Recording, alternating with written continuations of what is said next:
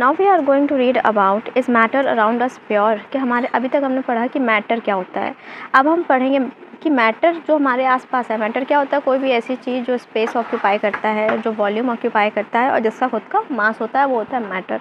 मास क्या होता है, अमाउंट ऑफ या quantity of matter present in an object.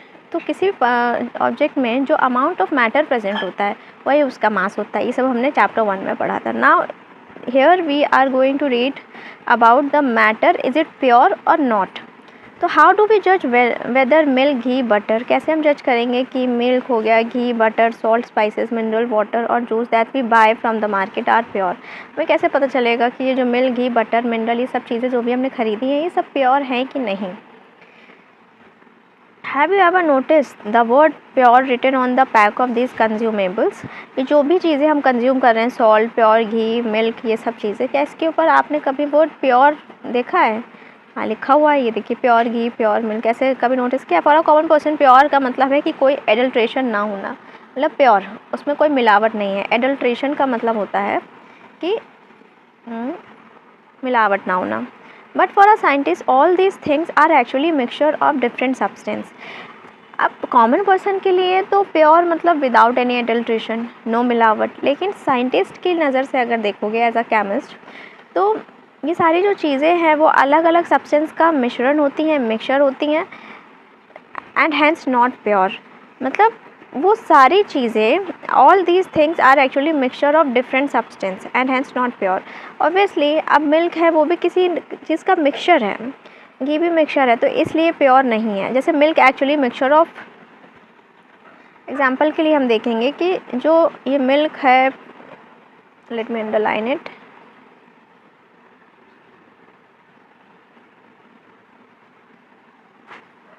Milk, ghee, actually it is a mixture of protein, fat and water. ये सब किसका मिक्सचर है? मिल्क का है, वाटर का है, प्रोटीन का है, तो इसलिए ये प्योर नहीं हुआ क्योंकि मिक्सचर है। ठीक है। When scientist says that something is pure, it means that all the constituent particle of substance are the same in their chemical nature. अगर सारे कॉन्स्टिट्यूएंट जो है वो केमिकल नेचर से सेम है तो हम उसको बोलेंगे कि वो प्योर है। अगर सारा केमिकल नेचर, उसमें कोई भी दूसरा केमिकल ऐड नहीं है, किसी चीज़ का मिक्सचर नहीं है, एक से ज़्यादा केमिकल का अगर वो मिक्सचर नहीं है तो वो चीज़ प्योर नहीं है, अदरवाइज़ वो सब्सटेंस हमारा प्योर है। अगर सेम है केमिकल नेचर तो प्योर है, केमिकल नेचर डिफरेंट हो गया तो प्योर नहीं है। अब वही हम देखेंगे कि अ pure substance consist of a single type of particle through out the substance. उसमें पार्टिकल कैसे होने चाहिए? सिंगल टाइप होना चाहिए। In other words a substance is a pure single form of matter. दूसरे शब्दों में हम कह सकते हैं कि जो सब्सटेंस है वो मैटर का प्योर सिंगल फॉर्म होता है, उसमें एक ही तरह का मैटर पाया जाना चाहिए। As we look around we can see that most of the matter around us exist as a mixture of two या two more pure components. For example see water, mineral, soil etcetera, ये सभी mixture हैं। ये सब क्या है? Mixture हैं। सी water, mineral, ये सब मिक्सचर है। अब मिक्सचर होता क्या है? Mixture are constituted by more than one kind of pure substance of matter. Mixture में एक से ज़्यादा प्योर फॉर्म ऑफ मैटर होता है। मिक्सचर क्या होता है? मोर than one kind of pure form of matter, मतलब एक से ज़्यादा प्योर फॉर्म ऑफ मैटर पाया जाता है। हमें पता है कि dissolve sodium chloride can be separated from water by physical process of evaporation. Yes we know कि वाटर में अगर नमक घोल देंगे, अब ऐसे ही तो हमें सॉल्ट मिलता है, तो जब हम उसको वाटर को इवापोरेट करते हैं, उसको धूप में रख दो तो नमक पीछे रह जाता है, तो ये फिजिकल प्रोसेस है, इवापोरेशन से हम उसको सेपरेट कर सकते हैं। लेकिन sodium chloride itself is a pure substance and cannot be separated by a physical process into its chemical constituent। तो ये बात हमें समझ आई कि जो सॉल्ट होता है वो खुद में प्योर सब्सटेंस है, जो वाटर है वो खुद में प्योर सब्सटेंस है, लेकिन ये दो प्योर सब्सटेंस जो हमने यहाँ पे पढ़ा, ये दोनों प्योर सब्सटेंस आपस में मिलके प्योर फॉर्म ऑफ मैटर है। सोडियम क्लोराइड भी प्योर फॉर्म ऑफ मैटर है और वाटर भी प्योर फॉर्म ऑफ मैटर है। इनका मिक्सचर जब ये आपस में मिक्स होते हैं, इसी को बोलते हैं mixture. A pure substance, and ये तो पढ़ लिया। Similarly sugar is a substance which contain only one kind of pure matter and its composition is the same through out. इस तरह से जो शुगर है वो भी ऐसा सब्सटेंस है जिसमें one kind of pure matter है थ्रू आउट। तो ये हमारा प्योर हो गया। सॉफ्ट ड्रिंक, सॉइल, ये सिंगल प्योर सब्सटेंस नहीं है। Whatever the source of a pure substance में be, it will always have the same characteristic property. चाहे कोई भी सोर्स हो प्योर सब्सटेंस का, उसकी कैरेक्टरिस्टिक प्रॉपर्टी हमेशा सेम रहेगी। जैसे सोडियम क्लोराइड चाहे कहीं भी मिले, उसकी कैरेक्टरिस्टिक प्रॉपर्टी सेम रहेगी। इसलिए हम कह सकते हैं कि मिक्सचर में एक से ज़्यादा प्योर सब्सटेंस होते हैं। बिल्कुल सही बात है। मिक्सचर कितने तरह का होता है? अब जो कंपोनेंट का नेचर है, उसमें जो कंपोनेंट जो मिक्सचर को बना रहे हैं, उस हिसाब से दो तरह के मिक्सचर होते हैं। Let us divide the class into group A, B, C and D. Let A takes a beaker containing, अब 3 पार्ट में हमने क्लास को डिवाइड कर दिया, group A, B, C, D, 4 part में। ग्रुप ए जो है वो वाला बीकर लेगा जिसमें 50 ml ऑफ वाटर प्रेजेंट है और एक स्पैटुला जिसमें कॉपर सल्फेट पाउडर है। स्पैटुला जिसमें कॉपर सल्फेट पाउडर है। ग्रुप बी लेगा 50 ml ऑफ वाटर और 2 spatula full of copper sulphate powder. ठीक है। In a beaker, group C and D can take different amount of copper sulfate and potassium permanganate or common salt and mix the given component to form a mixture. Report the observation on the group C और D different amount ले रहे copper sulphate का और साथ में इन्होंने potassium permanganate भी लिया है। ये सब केमिकल्स हैं जिसको हम कॉमन सॉल्ट और सोडियम क्लोराइड भी बोलते हैं। तो पोटेशियम परमैंगनेट ही सोडियम क्लोराइड है, NaCl, and mix the given component to form a mixture. ठीक है, अभी हमने सोडियम क्लोराइड लिया, इन्होंने 2-2 चम्मच कॉपर सल्फेट लिया। ग्रुप ए ने लिया copper sulphate powder, group B ने लिया कॉपर सल्फेट पाउडर और सी और डी ने पोटेशियम परमैंगनेट लिया और कॉमन सॉल्ट लिया। And mix the given component to form a mixture. अब इन कंपोनेंट्स को मिक्स कर देना है मिक्सचर बनाने के लिए। Report the observation on the uniformity in colour. अब ग्रुप ए और बी को क्या मिलेगा? ऐसा मिक्सचर मिलेगा जिसका कॉम्पोजिशन बिल्कुल सही है, क्योंकि उन्होंने तो भाई कॉपर सल्फेट पाउडर लिया था। ग्रुप ए और बी ने क्या लिया था? कॉपर सल्फेट पाउडर लिया था, इसलिए उनका जो मिक्सचर ऑब्टेन होगा वो सेम रहेगा, has a uniform composition. Such mixture are called homogeneous mixture. जिनकी कॉम्पोजिशन बिल्कुल सेम रहती है, थ्रू आउट सेम रहती है, उनको बोलते हैं होमोजीनस, यानी एक जैसे।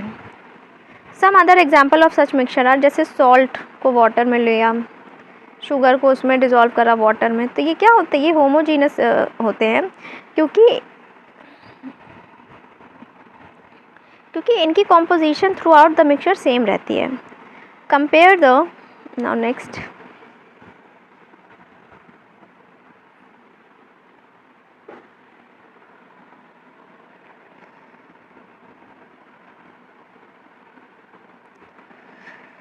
color of the solution of the two group through the group have obtained copper sulfate solution, but the intensity of color of the solution is different. ठीक है, this shows that a homogeneous mixture can have variable composition. इससे ये पता चल रहा है कि जो homogeneous mixture है उसके जो composition है वो अलग अलग हो सकती है। Group C and D have obtained mixture which contain physically distinct part and have non uniform composition. अब जिनकी कॉम्पोजिशन नॉन यूनिफॉर्म होती है, यानी एक जैसी कॉम्पोजिशन नहीं है, उनको बोलते हैं हेट्रोजीनस। जिनकी composition throughout mixture same होती है वो होमोजीनस। होमो मतलब सेम, हेट्रो मतलब डिफरेंट। मिक्सचर, अब मिक्सचर अगर देखोगे सोडियम क्लोराइड और आयरन फिलिंग का, वो कैसा रहेगा? वो नॉन होमोजीनस है। ऑयल और वाटर का ये सब हेट्रोजीनस मिक्सचर्स होते हैं।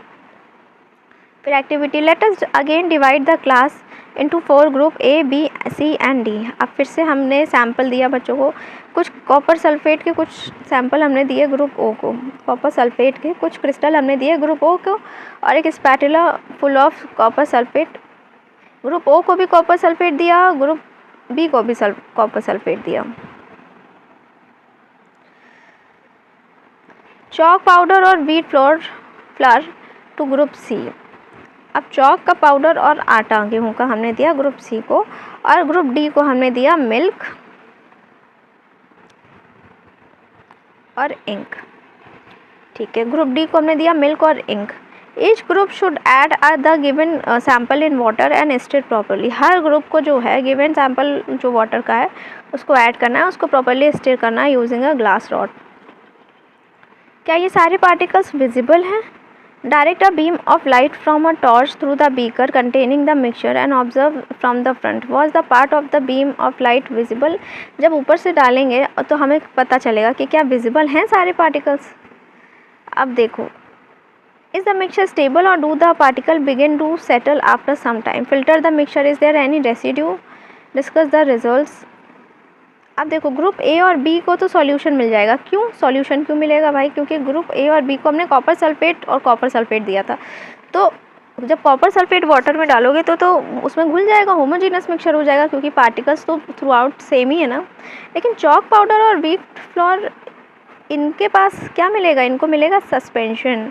और ग्रुप डी, इंक और वो ऐड करने पे उनको मिलेगा colloidal solution. Group C got suspension और ग्रुप डी के पास क्या है? कोलॉइडल सॉल्यूशन है। ग्रुप ए और बी के पास सस्पेंशन है, ग्रुप सी के पास ग्रुप ए और बी का सॉल्यूशन फॉर्म हुआ, सी के पास सस्पेंशन और डी के पास कोलॉइडल सॉल्यूशन। अब ये देखेंगे नेक्स्ट,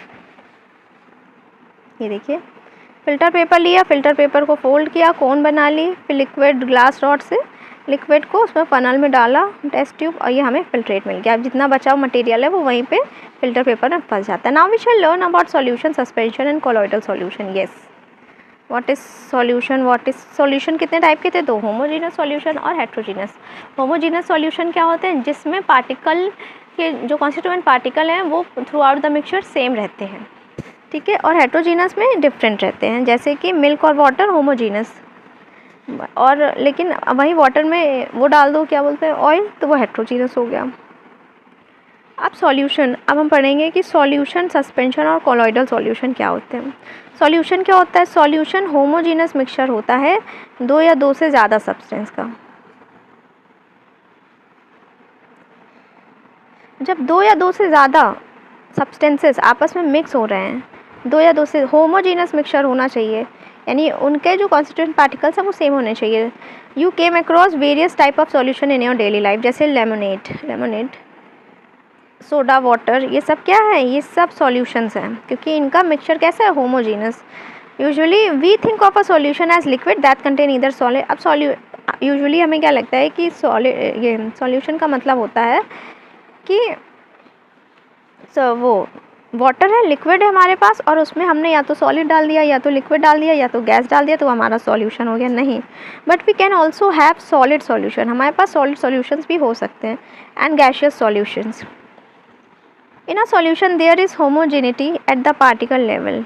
अब सॉलिड सॉल्यूशन में क्या होता है? होमोजेनिटी होती है पार्टिकल लेवल पे। एग्जाम्पल के लिए lemonade tested the same through out. Homogeneity होती है, होमोजेनिटी का मतलब होता है सिमिलैरिटी होती है, होमोजेनिटी का मतलब होता है quality of state of being of similar kind. ये लिखा हुआ है मैंने ब्लू कलर से, quality of state of, with this I can underline, quality of state of being similar kind through having a uniform structure और composition through out. यानी पूरे में क्या होना? सेम यूनिफॉर्म स्ट्रक्चर और कॉम्पोजिशन होना।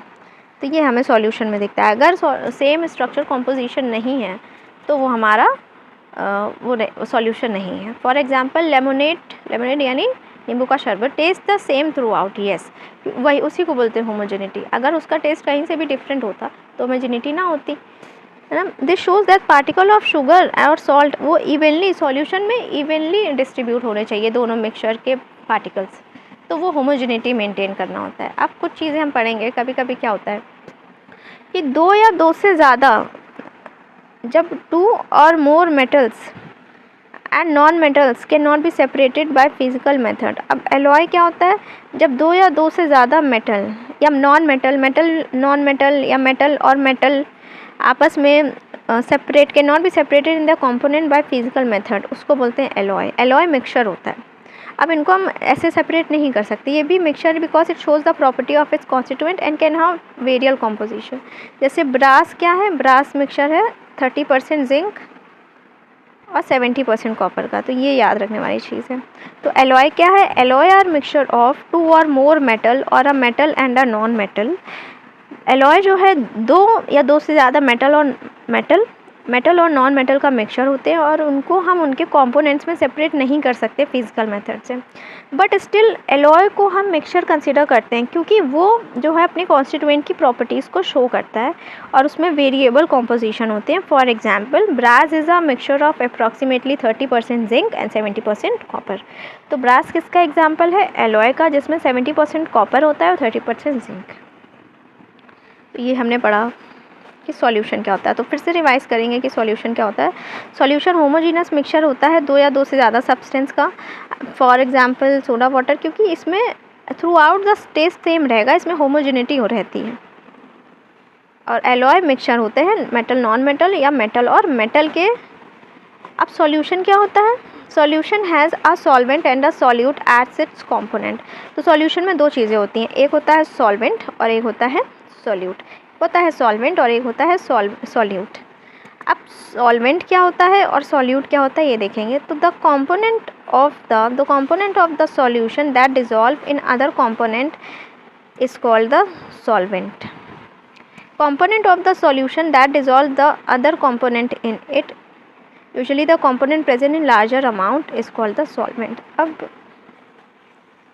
मान लो ये बीकर है, ठीक, इसमें जो पहले से ही है जिसमें हम ऐड करेंगे, अभी हमने ऐड नहीं करा है, जिसमें ऐड करेंगे वो है सॉल्वेंट और ये ज़्यादा मात्रा में होता है। अब इसमें जो हमने ऐड करा है नेक्स्ट, मान लो इसमें मैंने डाल दिया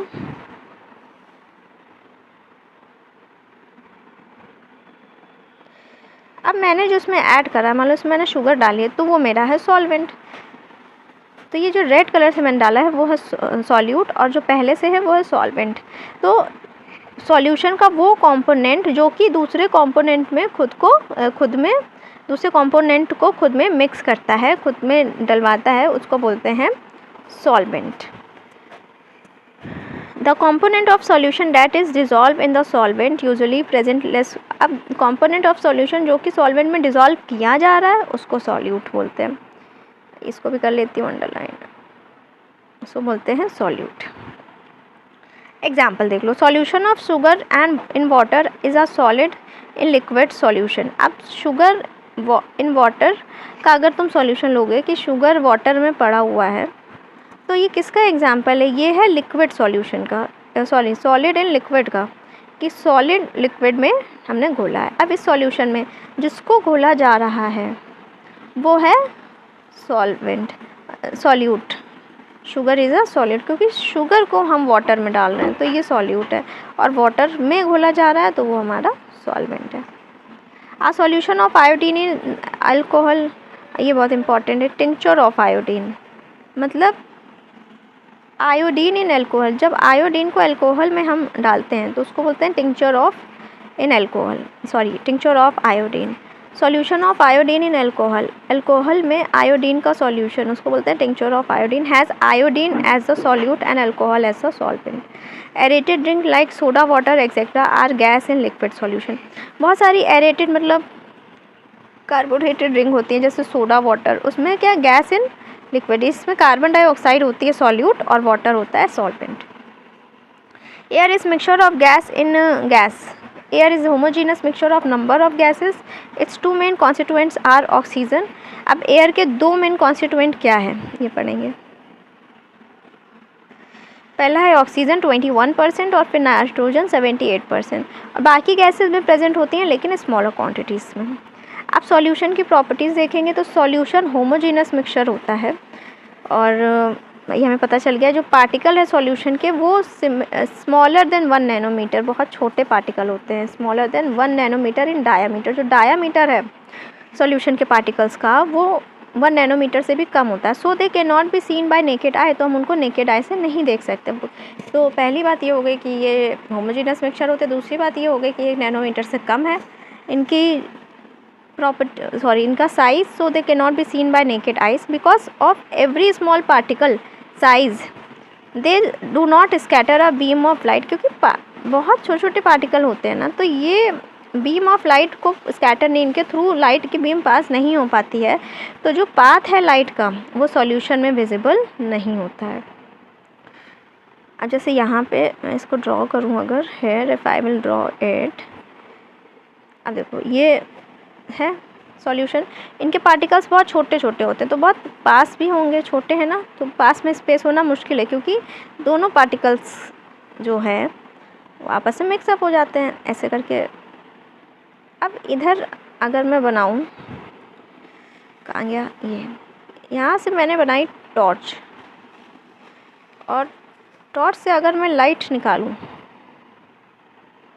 तो ये जो लाइट है ना, ये जब इससे पार होगी तो हमें इसके पार्टिकल्स दिखाई नहीं पड़ेंगे, लाइट के पार्टिकल्स इसके थ्रू आते हुए दिखाई नहीं पड़ेंगे, तो उसी को बोलते हैं कि स्कैटरिंग ऑफ लाइट इसमें नहीं हो पाएगी।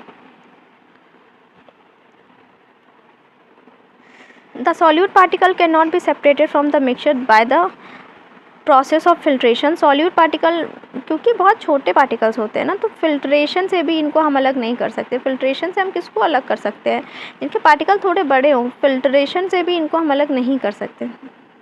Solute can not be separated from the mixture by the process of filtration. Yes, the solute particles do not settle down when the left undisturbed. सही बात है, जो आप नींबू पानी का घोल रख दो तो क्या वो पानी उसमें शक्कर उसमें क्या नीचे बैठ जाता है, नींबू का रस उसमें नीचे बैठ जाता है? नहीं। तो हम कह सकते हैं कि सॉल्यूशन क्या होता है, एक स्टेबल होता है।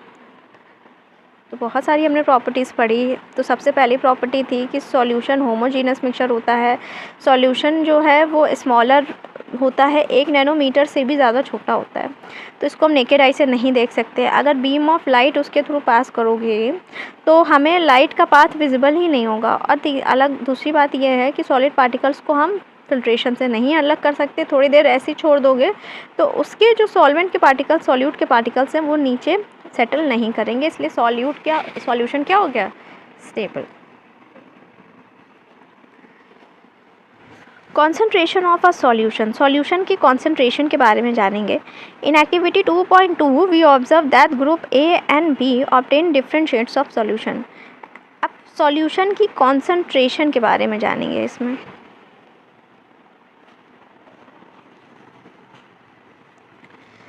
Concentration of solution. In activity 2.2 we observe that group A and B obtain different shade of solution. बिल्कुल, we understand that solution is the relative proportion of the solute and solvent can be varied depending upon the amount of solute present in solution. It can be called dilute concentration or saturated solution. अब उसमें solute कितना है तो हम उसको dilute, अब ये देखो यहाँ पे ये important है कि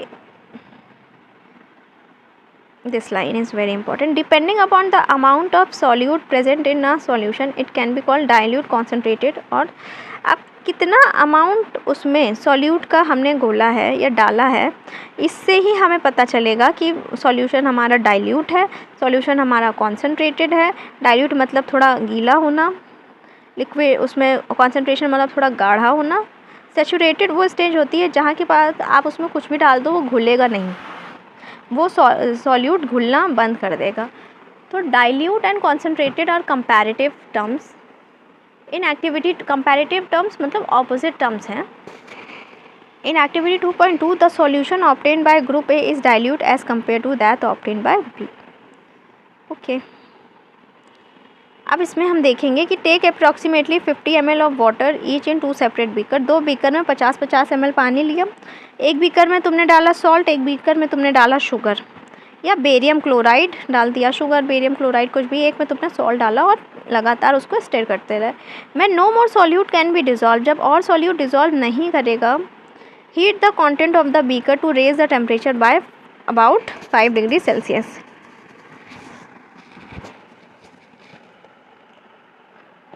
When no more solute can be dissolved, heat the content of the beaker to raise। अब जब और सॉल्यूट नहीं डिज़ोल्व हो रहा है तो हमने बीकर को 5 डिग्री सेल्सियस पे गर्म करा। स्टार्ट एडिंग सॉल्यूट अगेन, फिर डालो। तो इस द अमाउंट ऑफ, फिर से हमें सॉल्यूट डालना है। इस the amount of salt and sugar barium chloride that can be dissolve in water at a given temperature is the same. नहीं, तो किसी भी पर्टिकुलर टेम्परेचर पे जो सॉल्यूशन है जिसको हमने डिज़ोल्व करा है, as much solute as it capable of dissolving is said to be saturated. मतलब at any particular temperature solution that has dissolved as much solute as it is capable of dissolving, मतलब जितना वो capable है उतना ही उसमें आप घोल सकते हो, तो उसको बोलते हैं सैचुरेटेड सॉल्यूशन। मतलब वो सैचुरेशन लेवल आ जाता है, अब उसमें आप और घोल नहीं पाएंगे सॉल्यूट को। व्हेन नो मोर, अब सैचुरेशन को सिंपल भाषा में बताया गया है कि when no more solute can be dissolve in solution at given temperature is called saturated solution. जब हम और जैसे शक्कर घोलो, तुमने एक बीकर में पानी लिया, तुमने शक्कर डाली घोला, फिर एक बीकर में पानी लिया, फिर तुमने शक्कर डाली घोला, फिर तुमने शक्कर डाली घोला, फिर तुमने शक्कर डाली घोला, लेकिन एक पॉइंट ऐसा आएगा जहाँ पे तुम उसमें कितनी भी चीनी डालो अब वो घुलेगा नहीं, उसी को बोलते हैं saturated solution. The amount of the solute present in the saturated solution at this time is called solubility. Saturated solution में जो अमाउंट सॉल्यूट का प्रेजेंट है इस टेम्परेचर पे, उसको बोलते हैं उसकी सॉल्युबिलिटी। बस वही उसकी सॉल्युबिलिटी है। फिर से बताऊँ, देखो ड्रॉ करना पड़ेगा मुझे। एक बीकर लिया, ठीक है, अब उसमें तुमने पहले से ही सॉल्वेंट होगा उसमें, ठीक, उसमें तुमने थोड़ी चीनी डाली, फिर तुमने और चीनी डाली, फिर तुमने और चीनी डाली, फिर तुमने और चीनी डाली, फिर तुमने और चीनी, नीचे से तुम जो है हीट दे रहे हो। लेकिन एक टाइम ऐसा आएगा, घुल गई चीनी, घुल गई चीनी, घुल गई चीनी, एक टाइम ऐसा आएगा तब तुम देखोगे अब चीनी घुल नहीं रही है, यहाँ सेटल हो रही है। तो जब ये टाइम आ जाए इसी को बोलते हैं सैचुरेशन, ठीक है। और ये टेम्परेचर जहाँ पे सैचुरेशन हमें प्राप्त हो गया है उसको बोलते हैं सॉल्युबिलिटी। क्या बोलते हैं? सॉल्युबिलिटी। उसी चीज़ को बोलते हैं solubility. If the amount of solute contained in a solution is less than the saturation level, अब वो जो सैचुरेशन लेवल है उससे सॉल्यूट का अमाउंट कम है तो उसको अनसैचुरेटेड सॉल्यूशन बोलते हैं, ठीक है। मैंने क्या बोला, अगर ये सैचुरेशन लेवल से जो हमने सॉल्यूट डाला है वो कम है, मतलब अभी सैचुरेशन लेवल नहीं आया है उस सॉल्यूशन में, तो उसको हम बोलेंगे अनसैचुरेटेड सॉल्यूशन। बात क्लियर है? ये टर्म्स बहुत इंपॉर्टेंट होते हैं, इनको समझना बहुत ज़रूरी है। What would happen if you were to take a saturated solution at certain temperature and cool it slowly? क्या होगा अगर आप सैचुरेटेड सॉल्यूशन को ले जाओ और सर्टेन टेम्परेचर पे उसको धीरे धीरे कूल होने दो, तब क्या होगा? तो हम कह सकते हैं कि हमें वो सब्सटेंस मिल जाएगा ना जो नीचे जम जाएगी। अगर चीनी डली होगी तो चीनी जम जाएगी।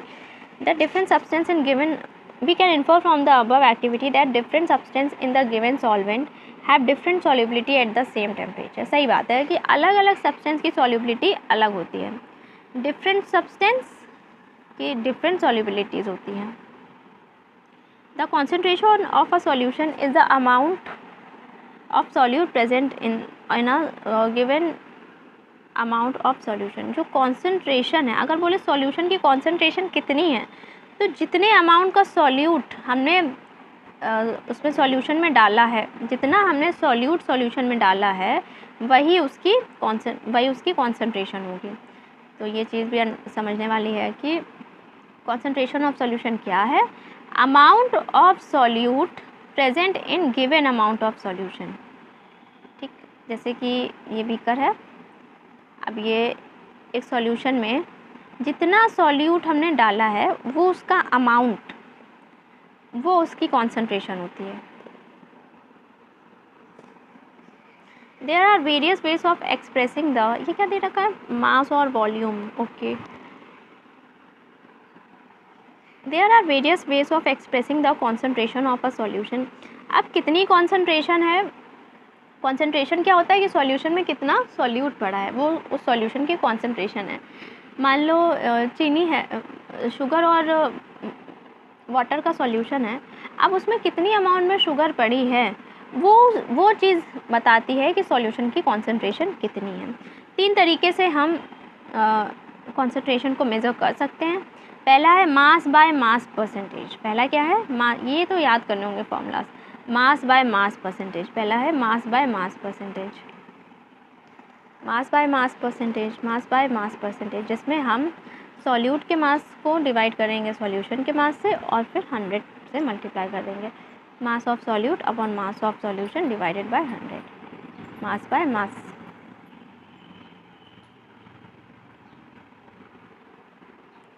फिर है mass by volume percentage of a solution, यानी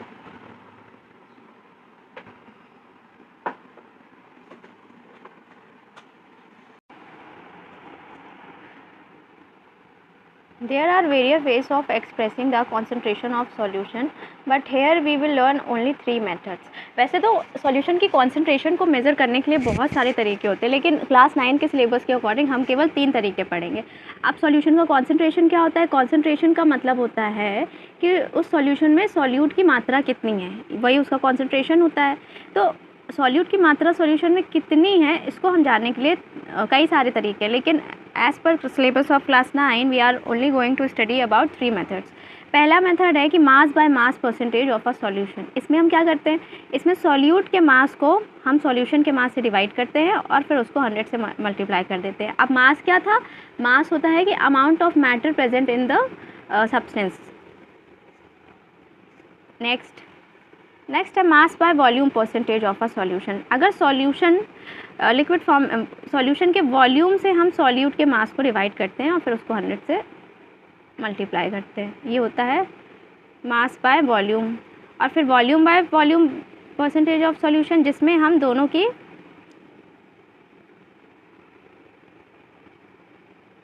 वॉल्यूम को कंपेयर कर डिवाइड कर रहे होते हैं और इनटू 100। तो कितने तरीके हो गए कॉन्सेंट्रेशन सॉल्यूशन की करने के लिए मेजर? 3 तरीके हो गए। एक है मास बाय मास, जिसमें mass of solute divided by mass of solution into 100। एक है मास बाय वॉल्यूम, जिसमें mass of solute divided by volume of solution into 100। और एक है वॉल्यूम बाय वॉल्यूम, जिसमें volume of solute divided by volume of solution into 100।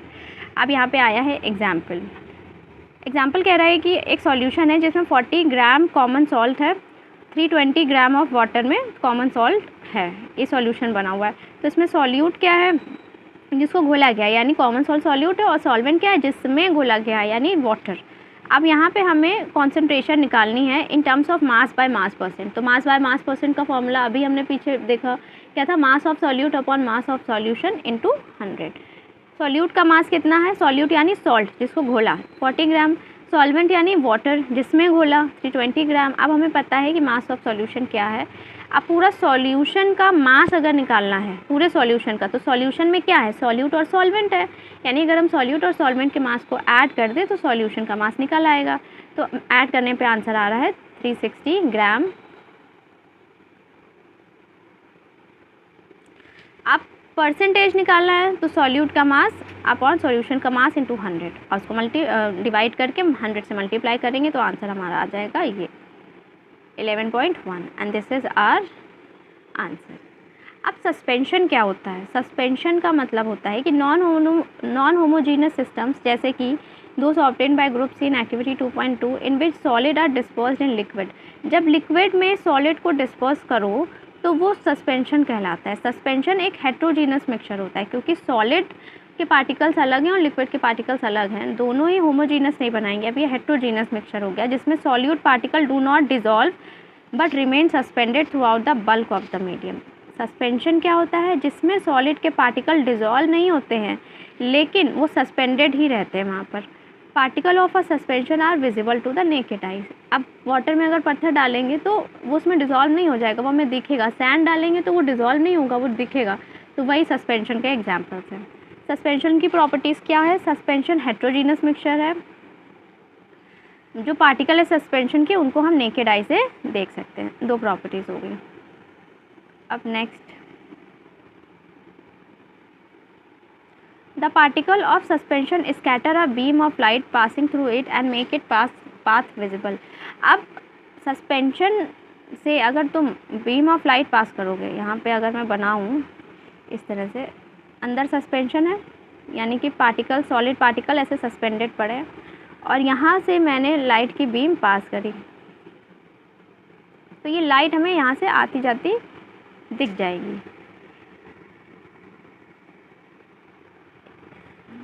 तो particle of suspension scatter a beam of light, तो they scatter a beam of light through it and make it path visible.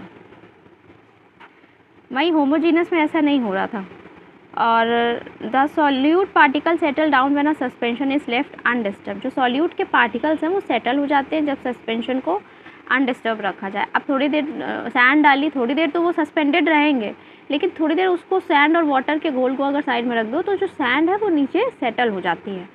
तो that is a suspension is unstable. Suspension unstable है। They can be separated from the mixture by the process of filtration. अब suspension को हम filtration के method से हम अलग कर सकते हैं। When the particles settle down, the suspension break and it does not scatter light anymore. एक बार सस्पेंशन जब तक ही है जब तक पार्टिकल सस्पेंडेड है। एक बार पार्टिकल सेटल हो गए, सस्पेंशन ख़त्म हो जाएगा, उसके बाद बीम ऑफ लाइट जो है वो स्कैटर नहीं कर पाएगी।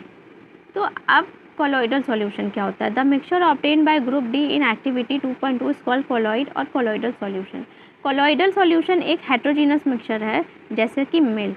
जो पार्टिकल है कोलॉइड के वो यूनिफॉर्मली पूरे सॉल्यूशन में स्प्रेड हो जाते हैं due to the relatively smaller size of particle as compare to that of a suspension. Suspension के मुकाबले कोलॉइडल पार्टिकल्स का साइज थोड़ा छोटा होता है और इसलिए मिक्सचर हमें दिखता होमोजीनस है, बट एक्चुअली वो कोलॉइडल सॉल्यूशन होता है, हेट्रोजीनस एग्जाम्पल मिक्सचर, एग्जाम्पल के लिए मिल्क।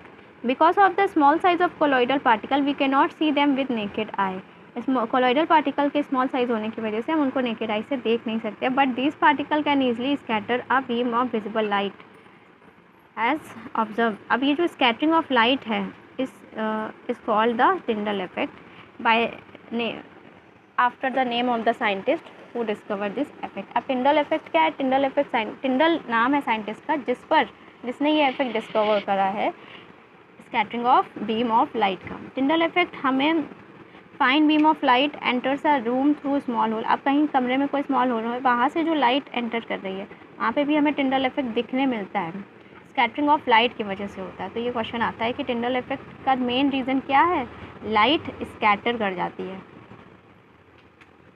अब ये टॉर्च है, path of light become visible, यहाँ से डाला ए वाला जो है सॉल्यूशन कॉपर सल्फेट का है वो टिंडल इफेक्ट नहीं, लेकिन यहाँ वाटर और मिल्क का सॉल्यूशन टिंडल इफेक्ट शो कर रहा है। टिंडल इफेक्ट हमको कैनोपी में भी दिखाई पड़ता। फॉरेस्ट जो बहुत घने घने फॉरेस्ट होते हैं वहाँ पे कैनोपी से ये जो बड़े बड़े पेड़ है उनसे जो लाइट पास हो रही है, तो ये भी टिंडल इफेक्ट ही है। अब यहाँ पे जो कोलॉइड पार्टिकल्स है वो एयर में ऐसे डिस्पर्स होते हैं।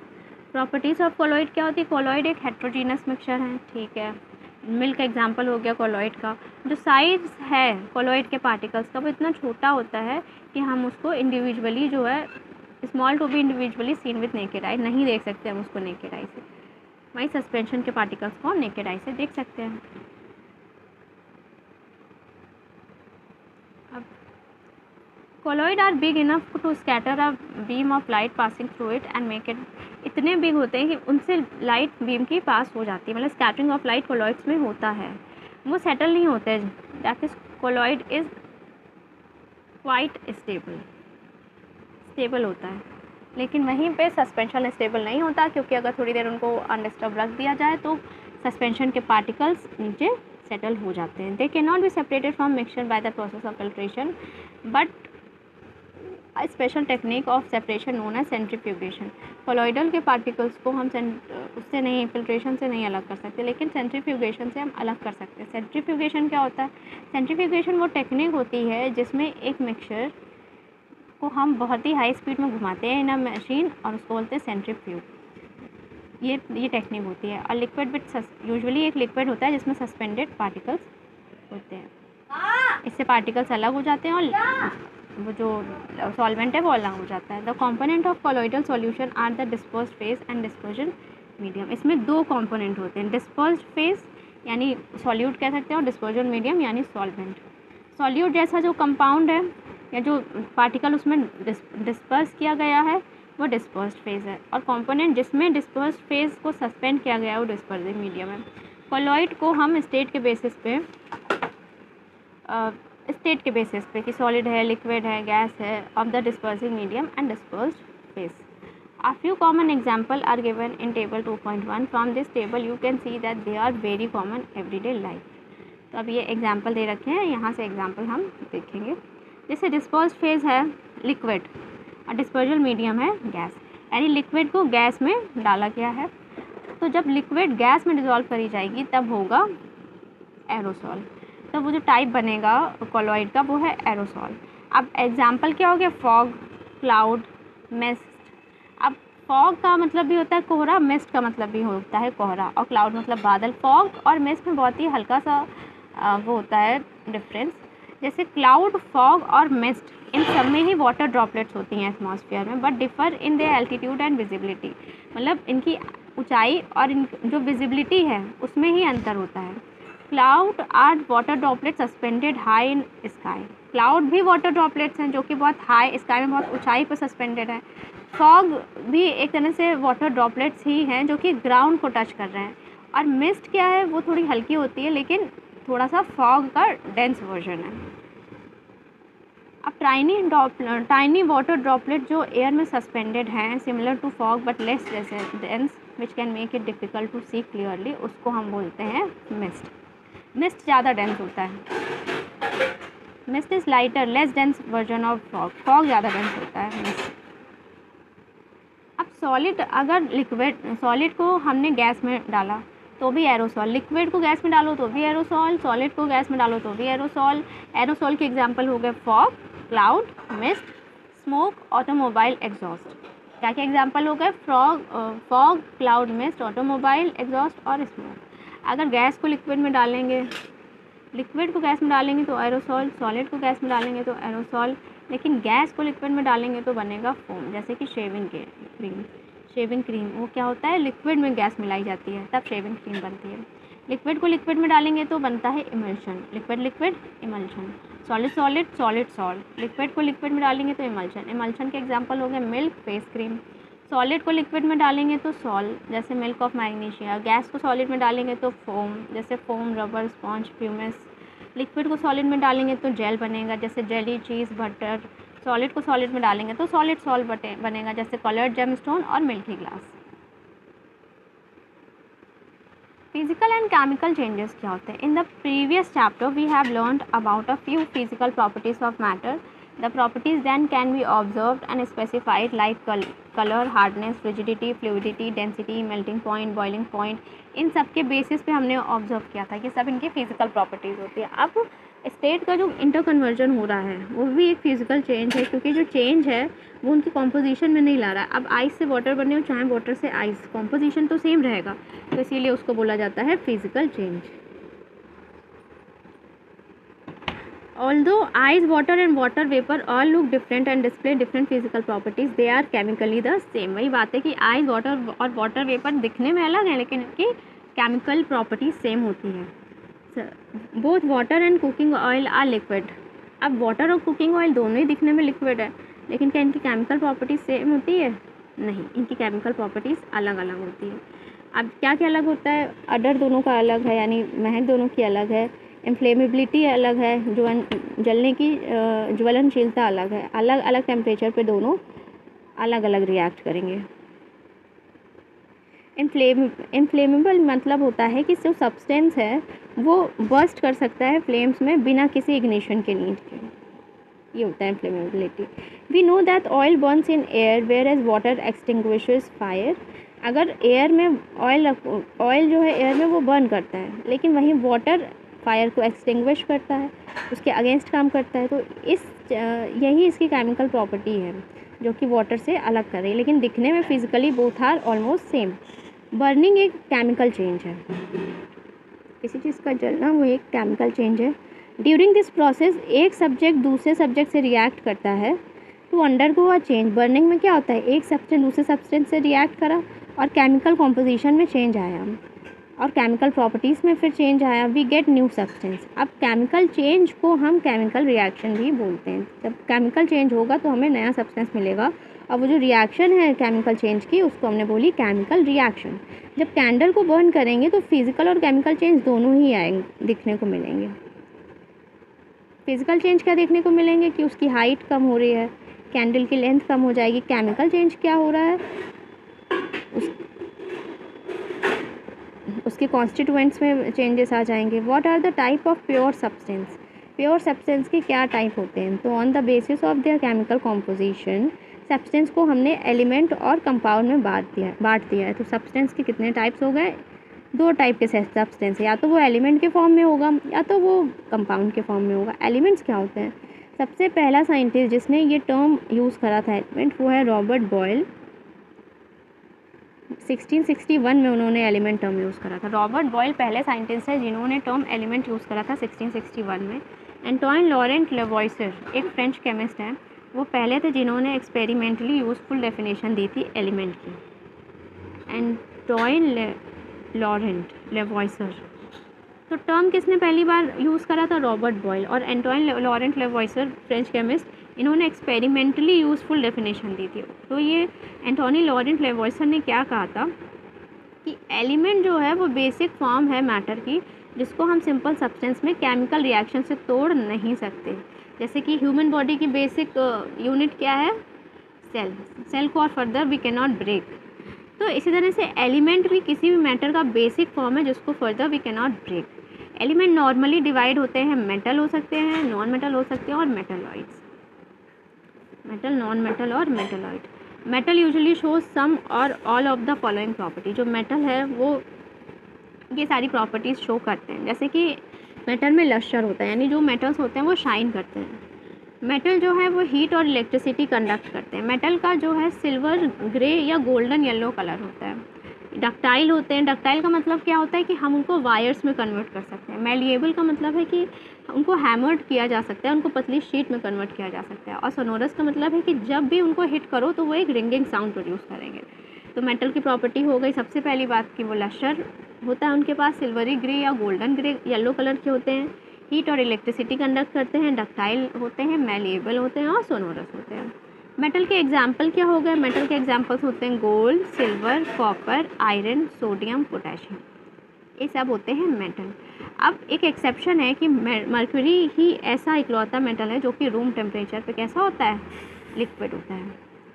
बाकी सारे मेटल सॉलिड होते हैं। मर्क्यूरी ही ऐसा इकलौता मेटल है जो कि रूम टेम्परेचर पर कैसा होता है? लिक्विड। बाकी सिल्वर भी सॉलिड है, गोल्ड भी सॉलिड है, ये आयरन भी सॉलिड है। नॉन मेटल्स क्या होते हैं? नॉन मेटल्स ये सब प्रॉपर्टीज़ शो करते हैं, जैसे अलग अलग कलर्स में पाए जाते हैं नॉन मेटल्स। वहीं मेटल्स हमारे सिल्वरी ग्रे और गोल्डन येलो में पाए जाते हैं। लेकिन non metal variety of colours में पाए जाते हैं। जहाँ हमारे जो मेटल्स हैं वो गुड कंडक्टर ऑफ हीट थे, वहीं हमारे non metal poor conductor of heat है। जहाँ हमारे मेटल लशरस थे, सोनोरस थे, मैल्यूबल थे, लेकिन नॉन मेटल क्या है? नॉन लशरस, सोनोरस और मैल्यूबल। नॉन मेटल के एग्जाम्पल हो गए hydrogen, oxygen, iodine, carbon, bromine. Basically ये सब गैसेस हैं नॉन मेटल्स। अब कुछ एलिमेंट ऐसे होते हैं जिनमें कुछ मेटल की भी प्रॉपर्टीज़ हैं, कुछ नॉन मेटल की भी प्रॉपर्टीज़ हैं। They are not completely metal, neither they are completely non metal, but they have the properties in between of both metal and non metal, इसलिए इनको बोलते हैं मेटलॉइड्स। क्या बोलते हैं? मेटलॉइड्स। मेटलॉइड्स के एग्जाम्पल क्या हो गए? तो पहला एग्जाम्पल मेटलॉइड का होता है बोरॉन, दूसरा एग्जाम्पल है सिलिकॉन और तीसरा एग्जाम्पल है जर्मेनियम। एग्जाम्पल्स बहुत इंपॉर्टेंट है। पहला एग्जाम्पल क्या हो गया? बोरॉन, दूसरा क्या हो गया? सिलिकॉन, तीसरा क्या हो गया? जर्मेनियम। Boron, silicon, germanium. अब मोर टू नो, और चीज़ें दे रखी हैं facts. Number of element known at present are more than 100। अभी जितने एलिमेंट हमें पता है वो 100 से ज़्यादा है। 92 element naturally occurring and rest are man made. तो नेचुरली अकरिंग कितने हैं? 92 एलिमेंट्स। बाकी सब जो ये तो एलिमेंट 92 एलिमेंट ऐसे हैं जो कि नेचुरली एग्जिस्ट करते हैं, बाकी सब मैन मेड है। Majority of the elements solid होते हैं। 11 एलिमेंट जो हैं वो गैशियस स्टेट में हैं, जैसे ऑक्सीजन, नाइट्रोजन, रूम टेम्परेचर पे वो गैशियस स्टेट में है। 2 element are liquid at room temperature, एक मरकरी और ब्रोमीन। मरकरी और ब्रोमीन ये रूम टेम्परेचर पे कैसे होते हैं? ये होते हैं लिक्विड। अब गैलियम, सीजियम ये liquid at a temperature slightly above room temperature. अब गैलियम और सीजियम ये दोनों ही क्या हो जाते हैं? अगर रूम टेम्परेचर से थोड़ा सा टेम्परेचर बढ़ा, 303 केल्विन ऐसे कुछ टेम्परेचर बढ़ा, तो गैलियम और सीजियम भी लिक्विड हो जाते हैं रूम टेम्परेचर से थोड़ा सा अगर टेम्परेचर इंक्रीज़ कर दिया जाए। तो पहली चीज़ ये थी कि अभी तक 100 से ज़्यादा एलिमेंट आर नोन, जिसमें से 92 एलिमेंट तो नेचुरली अकरिंग है, बाकी सारे मैन मेड एलिमेंट है। मेजॉरिटी ऑफ एलिमेंट क्या होते हैं, वो सॉलिड होते हैं, और 11 एलिमेंट जो हैं वो हमारे पास गैशियस हैं रूम टेम्परेचर पे। 2 एलिमेंट लिक्विड हो जाते हैं रूम टेम्परेचर पे, जिसमें है एक मरकरी, दूसरा है ब्रोमीन। ये लिक्विड हो जाते हैं, जिसमें मरकरी मेटल है और ब्रोमीन नॉन मेटल है। एलिमेंट क्वेश्चन ये भी आ सकता है कि कौन सा मेटल लिक्विड हो जाता है रूम टेम्परेचर पे, तो वो गया मरकरी। कौन सा नॉन मेटल लिक्विड हो जाता है रूम टेम्परेचर पे, तो वो है ब्रोमीन। कौन सी गैस रूम टेम्परेचर पे लिक्विड हो जाती है, तो वो है ब्रोमीन। एलिमेंट गैलियम, सीजियम, ये टेम्परेचर अगर रूम का थोड़ा बढ़ेगा तो तब ये लिक्विड में चेंज हो जाएंगे।